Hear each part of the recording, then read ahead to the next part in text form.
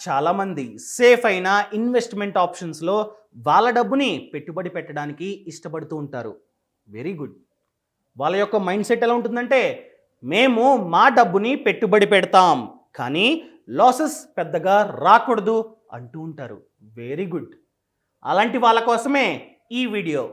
మీరే కనుక మీ డబ్బుని very short term, medium term, అదేవిధంగా లాంగ్ టర్మ్ ఆ విధంగా ప్లాన్ చేసుకోవాలి అనుకున్నట్లయితే ఎలాంటి మంచి ఇన్వెస్ట్మెంట్ ఆప్షన్స్ ఉన్నాయో ఈ వీడియోలో మీరు తెలుసుకుంటారు. సో ఈ వీడియోని లాస్ట్ వరకు చూడండి.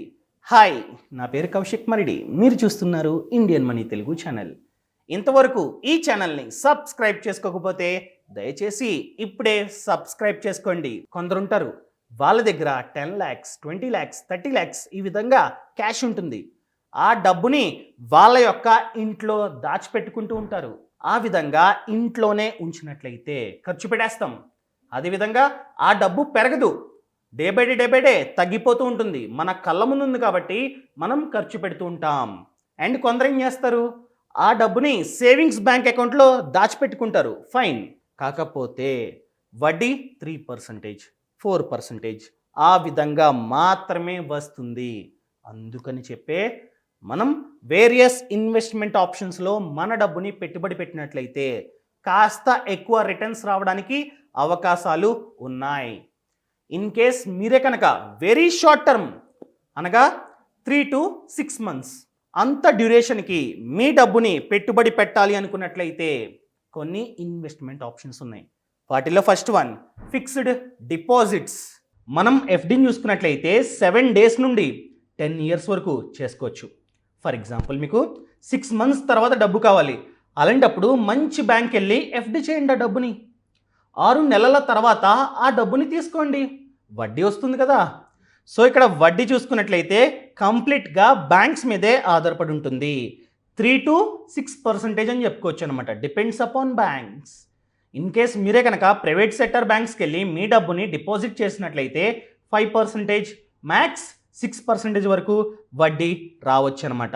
And next one liquid funds or ultra short duration funds. మీరు అడగవచ్చు, అవి మ్యూచువల్ ఫండ్స్ కదండి, వాటిల్లో డబ్బుని పెట్టుబడి పెడితే నష్టాలు వస్తాయి కదా అనొచ్చు. ఇవి డెట్ ఫండ్స్ అనమాట. ఫండ్ మేనేజర్ డెట్ ఇన్స్ట్రుమెంట్స్లో ఎక్కువగా ఈ డబ్బుని పెట్టుబడి పెడతాడు. డెట్ ఇన్స్ట్రుమెంట్స్ అంటే bonds, debentures, treasury bills, commercial papers etcetera. ఇలాంటి వాటిల్లో ఫండ్ మేనేజర్ మన డబ్బుని పెట్టుబడి పెడతాడు. ఆ కారణం చేత పెద్దగా లాసెస్ రావు, ఖచ్చితంగా ప్రాఫిట్స్ వస్తాయి. రిటర్న్ చూసుకున్నట్లయితే 4 to 6% depends upon fund. So ఈ విధంగా వర్క్ అవుతుందన్నమాట. ఇంకా థర్డ్ ఆప్షన్ వచ్చేసి సేవింగ్స్ బ్యాంక్ అకౌంట్. మీరు కావాలంటే మీ యొక్క సేవింగ్స్ బ్యాంక్ అకౌంట్లో కూడా పెట్టుకోవచ్చు. కాకపోతే వడ్డీ సరిగ్గా రాదు. 3% ఆర్ 4% అంతే. ఇంకా నెక్స్ట్ వన్ షార్ట్ టర్మ్ అనగా 1 to 2 years. ఫర్ ఎగ్జాంపుల్, మీ అమ్మాయి పెళ్ళుంది, ఇప్పుడు కాదు 2 years తర్వాత మీరు మీ అమ్మాయి యొక్క పెళ్లి కోసం దాచిపెట్టుకున్నారు. అలాంటి డబ్బుని కూడా మీరు డిపాజిట్ చేయొచ్చు. ఎలాంటి ఆప్షన్స్ ఉన్నాయంటే ఫస్ట్ వన్ ఫిక్స్డ్ డిపాజిట్స్. మనం 1 year, 2 year, 10 yearని కూడా చూస్ చేసుకోవచ్చు అనమాట. వడ్డీ చూసుకున్నట్లయితే 5.5% to 6% డిపెండ్స్ అపాన్ బ్యాంక్స్. మీరు మొత్తం రీసెర్చ్ చేయండి. ఏ బ్యాంకులో అయితే వడ్డీ ఎక్కువ ఉందో, ఏ బ్యాంక్ అయితే మంచిదో ఆ బ్యాంకులో మీ డబ్బుని డిపాజిట్ చేయండి. మీరు అడగొచ్చు, మా డబ్బుని డిపాజిట్ చేస్తాం, రేపొద్దున్న ఆ బ్యాంక్ అన్నది దివాలా తీసినట్లయితే మా డబ్బు యొక్క పరిస్థితి ఏమిటి అని చెప్పి. అందుకని చెప్పే మీరు కనుక ఎఫ్డి చేసుకుందాం అనుకుంటే 5 lakhs కన్నా తక్కువ అమౌంట్ని డిపాజిట్ చేయడం బెటర్. ఎందుకంటే ఆ పర్టికులర్ బ్యాంక్ అన్నది రేపు దివాలా తీసినట్లయితే ఆర్బీఐ ఇన్సూరెన్స్ రూపంలో మనకి 5 లక్షల వరకు వాపస్ ఇస్తుంది. అర్థమైంది కదా. అదేవిధంగా నెక్స్ట్ వన్ కార్పొరేట్ ఎఫ్డీస్. మనం కనుక బ్యాంక్స్ దగ్గర ఎఫ్డి ఖాతాని ఓపెన్ చేస్తే అది నార్మల్ ఎఫ్డి. ఇన్ కేస్ మనమే కనుక కార్పొరేట్ కంపెనీస్ దగ్గర ఎఫ్డి ఖాతాని ఓపెన్ చేస్తే అది కార్పొరేట్ ఎఫ్డి. వడ్డీ అన్నది దీంతో కంపేర్ చేస్తే కార్పొరేట్ ఎఫ్డిలో ఎక్కువ, కానీ మనం మంచి కంపెనీస్ని మాత్రమే చూస్ చేసుకోవాలి. చాలా పేర్లు ఉంటాయన్నమాట, మీరు కొట్టండి నెట్లో వస్తాయి. సో ఏ కంపెనీస్ అయితే గత 30 సంవత్సరాలుగా 40 సంవత్సరాలుగా 50 సంవత్సరాలుగా ఉన్నాయో అక్కడ మాత్రమే ఖాతాని ఓపెన్ చేస్తే మన డబ్బు సేఫ్. మన డబ్బు ప్లస్ వడ్డీ టెన్యూర్ తర్వాత వాపస్ ఇస్తారు. వడ్డీ చూసుకున్నట్లయితే 6 to 6.5%. ఇది షార్ట్ టర్మ్. గమనించండి, ఇప్పుడు నేను చెప్తుందంతా 1 to 2 ఇయర్స్ టెన్యూర్కి మాత్రమే. 1 to 2 ఇయర్స్కి 6%, 6.5% వడ్డీ అంటే చాలా ఎక్కువ. కొన్ని కార్పొరేట్ కంపెనీస్ మాత్రమే ఆఫర్ చేస్తూ ఉన్నాయి. ఆ కంపెనీస్ మంచిదైతే మీ డబ్బుని పెట్టుబడి పెట్టవచ్చు. Next one, ultra short duration funds. Already చెప్పా. సో ఫండ్ మేనేజర్ మన డబ్బుని డెట్ ఇన్స్ట్రుమెంట్స్లో ఎక్కువగా పెట్టుబడి పెడతాడు. టెన్యూర్ కూడా పెద్ద ఎక్కువేం ఉండదు, 1 ఇయర్ లేకపోతే 1.5 ఇయర్ అంతే. తక్కువలో తక్కువ 90 days, మ్యాక్సిమం ఎంతకాలమైనా ఉంచుకోవచ్చు. సో అందుకని చెప్పే 1 to 2 ఇయర్స్కి కూడా నేను దీన్నే చెప్తూ ఉన్నా. వడ్డీ చూసుకున్నట్లయితే అనగా రిటర్న్ చూసుకున్నట్లయితే 4 to 6%. నెక్స్ట్ వన్, ఇంకా మీడియం టర్మ్ 3 to 5 ఇయర్స్ అది చూసుకుందాం. ఫస్ట్ వన్ వచ్చేసి post office monthly income scheme. Already చాలా వీడియోస్ చేశా. ఇన్ కేస్ మీరే కనుక ఈ ఖాతాని ఓపెన్ చేసుకుందాం అనుకుంటే పోస్ట్ ఆఫీస్కి వెళ్ళాలి. Tenure 5 years. మీకు 5 సంవత్సరాల తర్వాత మాత్రమే డబ్బు కావాలనుకోండి, అలాంటప్పుడు పోస్ట్ ఆఫీస్ మంత్లీ ఇన్కమ్ స్కీమ్లో మీ ఖాతాని తెరవచ్చు. సో ఇన్ కేస్ మీరే కనుక ఓపెన్ చేద్దాం అనుకుంటే 4.5 lakhs వరకు డిపాజిట్ చేయొచ్చు. వడ్డీ అన్నది 6.6%. 5 ఇయర్స్ తర్వాత మీ డబ్బుని మీకు వాపస్ ఇస్తారు. దాంతోపాటు ఈ 5 సంవత్సరాల పాటు ప్రతి నెల వడ్డీ అన్నది మీ బ్యాంక్ అకౌంట్లో పడుతూ ఉంటుంది. ఇన్ కేస్ మీరే కనుక జాయింట్ అకౌంట్ అనగా మీరు మీ వైఫ్ ఇద్దరు కలిపి ఒక ఖాతాని ఓపెన్ చేస్తే మీరు 9 lakhs వరకు డిపాజిట్ చేయవచ్చు. ఇన్ కేస్ మీరే కనుక 9 lakhsని డిపాజిట్ చేసినట్లయితే ప్రతి నెల దాదాపు 5,000 మీ బ్యాంక్ అకౌంట్లో పడుతూ ఉంటాయి. మీరే కనుక 4,50,000 డిపాజిట్ చేసినట్లయితే మీకు 2,400 రూపాయలు మీ బ్యాంక్ అకౌంట్లో ప్రతి నెల పడుతూ ఉంటాయి. మీరు డబ్బుని ఒక్కసారి మాత్రమే డిపాజిట్ చేయాలి. చేసినట్లయితే 5 సంవత్సరాల తర్వాత మీరు ఎంతైతే చేశారో అదంతా వాపస్ వస్తుంది. 5 సంవత్సరాల పాటు వడ్డీ అనేది మీ బ్యాంక్ అకౌంట్లో పడుతూ ఉంటుంది. Next one, national savings certificate. ఇది కూడా పోస్ట్ ఆఫీస్కి సంబంధించిన స్కీమే. మీరు ఎంతైతే డబ్బుని పెట్టుబడి పెడతారో అదంతా సేఫ్, ఎక్కడికి పోదు. సెంట్రల్ గవర్నమెంటే గ్యారంటీ. టెన్యూర్ అన్నది 5 ఇయర్స్. మీరు 1000 నుండి ఎంతైనా మినిమం 1000 రూపీస్, మ్యాక్సిమం ఎంతైనా డిపాజిట్ చేసుకోవచ్చు. డిపాజిట్ చేసినట్లయితే 5 సంవత్సరాల తర్వాత అసలు ప్లస్ వడ్డీ మీకు ఇస్తారనమాట. వడ్డీ వచ్చేసి 6.8%. దాంతోపాటు ట్యాక్స్ బెనిఫిట్ కూడా ఉంది.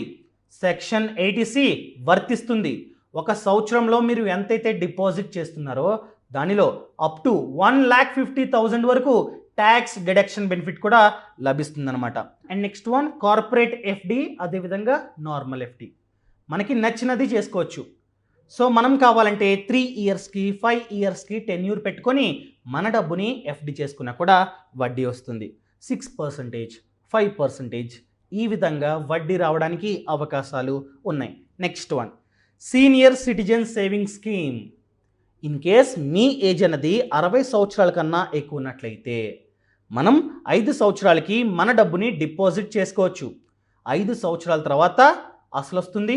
మీకు కావాలంటే క్వార్టర్లీ ఎంతైతే వడ్డీ జనరేట్ అవుతుందో ఆ వడ్డీని మీ బ్యాంక్ అకౌంట్లో వేస్తారు.